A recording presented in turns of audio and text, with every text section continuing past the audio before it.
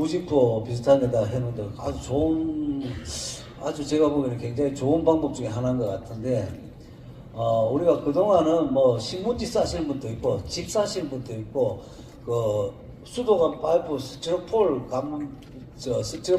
끼우는 사람도 있고, 여러 가지 방법이 있었는데, 저는 제가 다른 사람이 이 방법도 굉장히 좋은 방법인 것 같아요. 주로 우리 동해가 보면 남양 쪽이나 남서양 쪽이 가장 먼저 옵니다. 왜 그러냐면은 아까 전에 말씀드렸지만 수분의 이동이 변화가 가장 심해요. 북쪽은 그늘이다 보니까 숲의 온도 변화가 그렇게 심하지 않다 보니까 수분 이동이 그렇게 빠르지는 않아요. 그래서 동해는 언제 오냐? 지금 절대 안 옵니다. 동해는 2월이나 3월달 돼야 와요. 언제? 한여름가는 온도가 푹 해갖고 땅이 막 푹푹 대갈대갈 하다가 2, 3일 영하로 2, 3도 떨어질 때 이때 수도관 파이프가 얼어 터지는 거예요. 얼어 터지는데 이건 수액만 빨리 안 오르도록 숲의 온도만 빨리 변하지 않도록 아까 전에 한쪽에 차광만 해갖고 해놓고 한쪽에 통풍이 들어주는 게 제가 보면 가장 좋은 방법인 것 같고, 또 한 가지 방법은 여러 가지 방법 중에 있는데 경북대학교 제 의사님 엄재열 교수님이 현사에 그러니까 해발이 한 400쯤 됩니다. 그래서 350 넘는데 제가 밭에 떡 갔더만은 사과나무 뚝지에 한 15년 됐어요. 갔는데 다 발라놓으신 거예요. 그래서 발라놓고 사과나무 둥지 주위에 보니까 그렇게 동성분이 그 버려놨길래 선생님 지금 뭡니까? 이렇게 보르도에 발랐다 하는 거예요. 그러면서 저한테 제가 대외연구소 소장할 때, 야 김군 저 물 없는 보르도액 좀 바르는 보르도액 하나 좀 개발 좀 해봐라. 이래갖고 제가 개발을 시험을 3년간 하고 퇴직을 하면서 융전으로 가져왔습니다. 그걸 저도 먹고 살라고 가져왔는데 이게 보르도액인데, 사실은요 동해를 받아도 좀만 구멍을 안 뚫으면 죽지를 않습니다. 아물어요. 아무는데 원래 굉장히 심했던 게 예천에 제가 올 봄에 최월 박사님 예천농업기술센터 소장하시고 지금 상리 하리인데 이름이 바뀌었더만요. 효자리인가 그걸로 바뀐데, 네. 갔는데 저녁에 소맥 한 잔 딱 오후에 하는데요. 저녁 때 맥주컵에 막 벌레 떨어지고 뭘 건지니까 전부 조미예요. 원래 조미 밀도가 굉장히 높은 거예요. 그래서 조미 보통 보면은 우리 요 가슴 정도밖에 안 날아다니거든요. 바람 없는 날, 바람만 조금만 불어도 조미는 안 날아다녀요. 바람 없는 날 오후에 한 서너 시경에 이렇게 담배 한 대 푸고 앉아가 이렇게 가수에 앉아 있으면 날아다니는데, 요놈들이 붙어가 구멍을 뚫어가 뒤에 똥을 싸면은요 똥에 암무로 시작한 균을 냅니다. 그러면 이 균이 나오면 나무가 죽게 만들어요. 그래서 이 구멍을 못 뚫도록 하는 게 가장 큰 좋은 방법이에요. 그래서 엄쌤한테 물어봤더만 왜 보르도액을 칩니까? 이랬더만 동해를 일으키는 세균이 빙액세균이에요. 우리가 세균으로서 사과농사 짓는데 제일 피해를 주는 게 동해를 일으키는 빙액세균입니다. 그 다음에 우리가 지금 제일 전염병으로 무상으로 공급해 주는 게 하상병입니다. 하상병이 세균이에요. 박테리아입니다. 아밀로보락하는 에루이니아 아밀로보락하는 세균인데 이 두 개가 제일 큰 문제예요. 그래서 세균의 밀도를 낮춰줘야 병 발생이 억제되는 거예요. 빙액세균의 밀도를 낮춰주면 그만큼 줄어드는 거죠. 그리고 보르도액의 동해 특유의 냄새 때문에 조미 구멍을 뚫지는 않습니다. 그래서 좀만 안 뚫어도 아무러가 살 수가 있어요. 주로 남산 쪽에 보는데, 또 한 가지는 우리가 묘목을 에무나인이나 이런 묘목이 좀 수피가 얇아요. 껍데기가. 그래서 요놈들이 남양이나 남서양 쪽에 햇빛에 대면은 일소 피해를 받아갖고 여기에 겹무늬 썩은 벽이 감염이 됩니다. 그래서 우리가 둥치에 뚝뚝 갈라진 거 대구 사과연구소에 보내면 다 견무리성병이라고 나와요. 동해라고 안 나오고 균이. 견무리가 2차로 감염을 합니다. 그래서 이게 나중에 견무리는요 걸려도 나무가 안 죽어요. 공생을 합니다. 같이. 그럼 나중에 오래되면 이렇게 따닥따닥 조피같이 적진같이 이렇게 생기는 거예요. 그래서 어린 묘목의 관리를 하셔야 되는데 이렇게 남사형제가 옵니다. 이렇게 8년차고 제가 보기 8년차도 오늘 봤어요. 오늘 봤는데 이게 시나노골드 같은 경우는요 잘 안 와요. 그죠? 제일 심한 품종이 아리수가 제일 심하게 옵니다. 우리가 아리수 이렇게 심어놓고 홍로이를 심어놓으면요 아리수는 200주 심어놓으면 막 100주씩 죽어요. 홍로는 잘 안 죽습니다. 시나노골드는요 거의 안 죽어요. 시나노골드는 M9 대목이든 26 작은이든 26 대목이든 잘 안 죽습니다. 이게 묘목의 특성상 아리수는요 뿌리가 많이 안 나와요. 5년차 딱 쓰면 아리수 가수는 가지가 별로 없어가지고 가수는 허행해요. 근데 홍로는 꽉 찹니다. 뿌리 양이 많으면 위 지상부의 가지도 많이 나와요. 특히 저는 이제 제가 M9을 우리 국내에서 공부할 때도 계속 제가 반대했던 사람 중에 하나인데 우리나라는 M9에 맞지 않는다. M26으로 가든지 M26 작으니 낫다. 동해하고 나주 역병하고 이 문제는 어떻게 할 거냐. 제일 문제가. 근데 안 그렇잖아요. 정부는요. 지금 우리 사장님들 대구 사과연구소 어디 전화해가 물어보십시오. 일반 공무원들은 구요식이 좋아, 2D가 좋아, 이축이 좋아. 그러면 대구 사과연구소에서 대답 안 합니다. 모른다 그러지. 일반 민간인 경북대 제 노교지가 뭐가 좋아? 확쳐서 자기가 미는 게 제일 좋다 그러거든요. 그죠? 근데 우리 농가는 뭡니까? 사과농사 마루타에 마루타. 그 비싼 묘목 사다가 심어놓고 잘못되면은 또 다 뽑아내고 다 갱신하고 이러잖아요.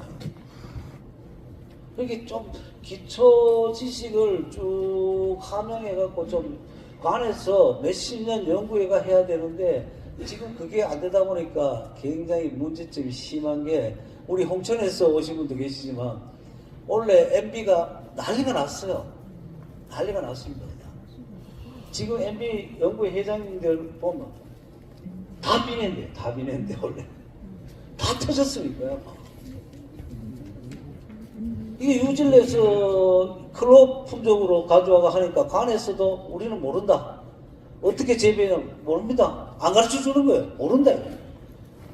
이야기 할 수도 없고 함부로. 옷 벗어야 되잖아요. 잘못 이야기하면 공무원은요. 그래서 묘목에 이렇게 구멍을 뚫게 되면 죽게 됩니다. 죽게 되는데 이렇게 요지 구멍으로 구멍 딱 뚫으면 요 조미 안무로 시작하는 균을 내요. 요 균이 나무 테두리를 다 썩게 만듭니다. 세균을. 그래서 잘라보면은 이렇게 구멍이 뚫어져 있고 이놈이 보면요 약을 주사기를 넣어도 안 죽습니다. 왜? 이렇게 직각으로 꺾어 들어가요. 이렇게 이 조미 구멍을 파고 들어가면 뚫고 올라갑니다. 올라가서 옆으로 또 뚫고 들어가요. 그래서 이거는 우리가 봄에 살충제를 뿌립니다. 그죠? 옛날에 DDVP도 뿌리고 DDVP가 좋았었어요. 유기인계가. 근데 유기인계 계통이나 이런 약이 맞아야 죽거든요. 안 맞으면 안 죽는 거예요. 그럼 농약 언제 쳐야 되나? 좀약 치실 때는요 무조건 오후에 치셔야 돼요. 바람 없을 때. 바람 부는 날 쳐봐야 말짱황입니다. 날아다니지를 않아요. 얘들이 바람이 날리기 때문에. 바람 없는 날 오후에 치셔갖고 맞아야 되고 정 안 되면은 좀 트랩을 좀을 유인해갖고 빠져주게끔 좀 트랩을 만들어갖고 가수원 주위에 테두리에다가 좀 밖에요. 좀 트랩 간단합니다. 이 좀이 왜 들어오냐면요. 좀이 1, 2월, 3월에 안 들어와요. 언제 들어와요? 5월달 꽃 필 때 들어옵니다. 이게 뿌리에 저장한 설탕이 녹아갖고 올라오면은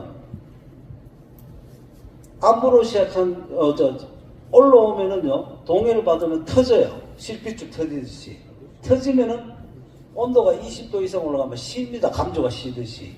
쉬면 신냄새가 나요. 그 냄새를 맡고 좀이 달라뜨는 거예요. 근데 왜 묘목을 심을 때 뿌리가 많은 걸 심으셔야 되냐면은 우리가 봄에 저 지리산 쪽으로 놀러 가시면은 고로쇠 물을 드시잖아요. 그죠? 고로쇠 물이 뭐냐면 뿌리에, 가을 뿌리에 저장해 있던 포도당을 우리가 드시는 거예요. 가을 뿌리가 많아갖고 포도당이 많이 축적되어 있으면 동해가 훨씬 덜 받습니다. 동해 거의 안 받아요. 근데 뿌리가 빈약한 아리수 같은 경우 뭐 뿌리가 적은 놈을 심으니까 동해가 많이 오는 거거든요. 근데 보면은요 뿌리에서 이 포도당, 설탕이 녹아 위로 올라오는 거는요 삼투압에서 올라옵니다. 우리가 사모님들 많이 계시지만 배추를 절일 때 있잖아요. 김장할 때 배추를 뽑아갖고 그냥 드시면은 물 만나고 싱겁잖아요. 그죠? 근데 배추에다가 소금을 뿌리잖아요. 소금을 뿌리면은 소금 농도 높은 쪽으로 배추 안에 있던 수분이 빠져나옵니다. 수분이 빠져나오면 어떻게 됩니까? 배추가 고소해지고 당도가 높아지는 거예요. 농도 높은 쪽으로 빠져나오는 삼투압에서 빠져나오는데 봄에 비가 오면요 가을 뿌리에 저장했던 설탕 쪽으로 빗물이 빨려 들어갑니다. 빨려 들어가면은 그 설탕이 녹아가 위로 뿜어 올려요. 뿜어 올리면서 눈도 부풀고 꽃도 피고 하는 뭔지 원인이 뭔지 그리고 제품 소개 이렇게 이제 구성을 해봤고요. 원인에 대해서는 다들 많이 알고 계시기 때문에 간단하게 넘어가도록 하겠습니다. 이 동해는 이제 나무가 얼어서 다치는 걸 동해라고 합니다. 뭐 다들 잘 아시겠지만 이제 뭐 이렇게 수채 내에 얼음이 이렇게 날카롭게 얼음 결정 형태로 얼면서 내부 물관을 공격을 해서 이제 조직이 파괴가 되는 것이 동해고요. 이 동해의 현상은 수피가 고사되거나 아니면 수피가 균열이 일어나거나 뭐 여러 가지 현상이 있습니다. 안 좋지요? 보통 이제 나무 남서쪽 측면에서 발생하고 겨울이 이제 눈이 안 오고 가물면 발생 빈도가 증가한다고 많이 알고 계실 겁니다. 그리고 M9 대목에서 유독 피해가 더 심하고요. 이건 제가 지금 그 인터넷으로 잠깐 검색을 해봤는데 작년에 뭐 청송이라든지 뭐 전북에서도 이렇게 동해 피해가 심각한 걸로 뉴스가 많이 나와 있는 거를 제가 한번 스크린샷을 떠서 봤습니다. 보면은 이쪽에 수피가 이렇게 갈라진 게 보입니다. 대목부 이 지면에 인접한 부분이 특히 이런 동해에 취약합니다. 이 사과 동해 피해 받는 온도가 여기 있는데요. 사과는 휴면기에는 영하 35도까지 내한성을 받고 있다고 합니다. 내한 온도가 마이너스 30도에서 마이너스 35도입니다. 그래서 한국은 사과주림의 남방 한계선이라고 할 정도로 더워서 농사를 못 짓는다 이런 지역이 돼가고 있는데요. 그럼에도 불구하고 동해가 굉장히 뭐 요즘 들어서 심각한 것을 알 수가 있습니다. 일본 아오모리에서는 동해가 거의 발생을 하지 않는다고 합니다. 예. 여기 보시면 아오모리는 겨울 최저 기온이 12월에 최고 기온이 영하 1도, 1월에 영하 4도, 2월에 영하 3도 이렇습니다. 이쪽은 경북에 있는 청송인데요. 12월에 5도, 1월에 3도, 2월에 6도 오히려 더 따뜻합니다. 여기는 전북 장수고요. 3도, 2도, 5도고요. 이거는 강원도 양구인데 5도, 2도, 5도 아주 추운 지역에 있는데도 최고 기온이 높은 걸 알 수가 있습니다. 그래서 주목할 것은 최고 온도와 최저 온도의 차이가 가장 중요한 지점이라고 할 수가 있습니다. 동해가 이제 나무가 건강하고 저장 양분이 많으면 잘 일어나지 않는데요.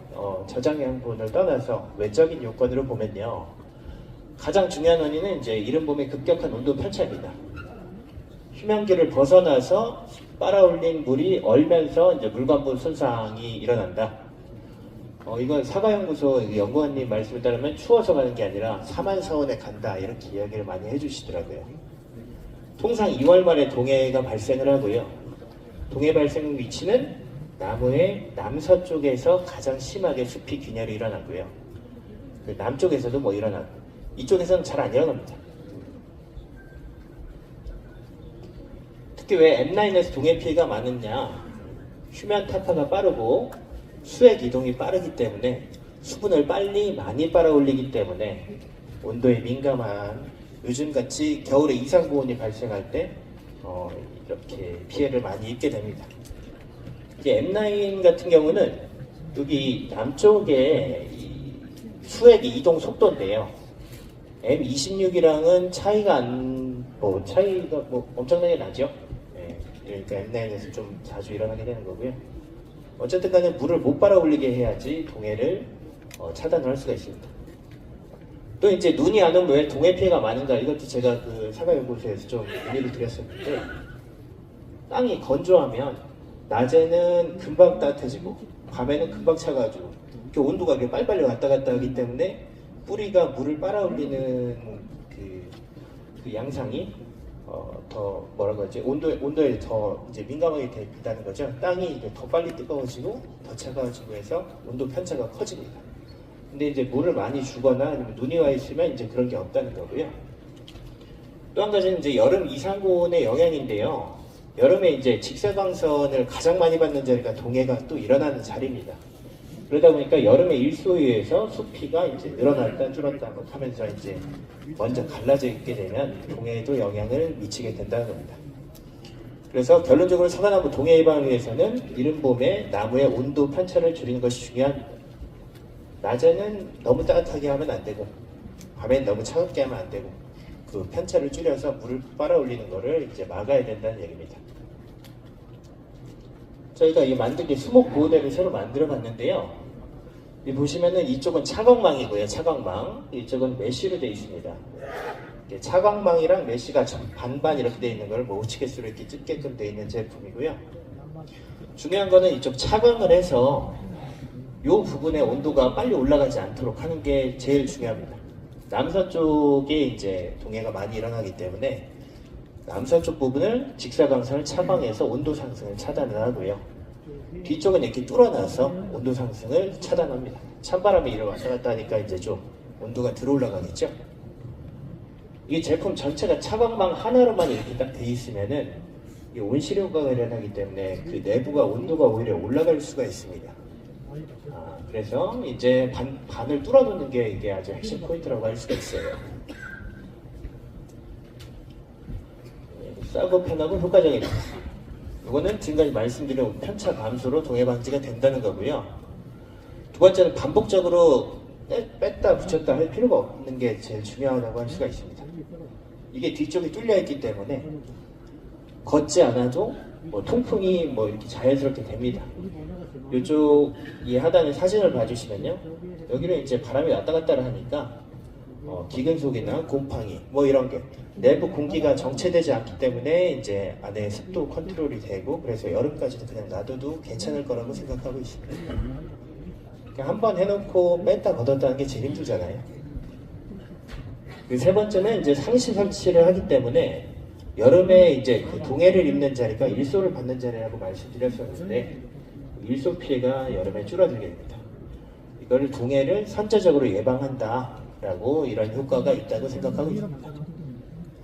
네, 그래서 요 방향이 중요합니다. 방향이 이쪽에다 차광을 하셔야지 위쪽 북동 쪽에다 차광하시면 절대 안 됩니다. 이게 이제 제품 모양인데요. 보면 이제 적당히 잘라서 원하는 만큼 잘라 쓸 수 있도록 이렇게 만들려고 합니다. 롤 형태로 가공이 돼가지고 40cm면 40cm, 60cm면 60cm 이렇게 원하는 만큼 잘라서 쓰시면 되고요.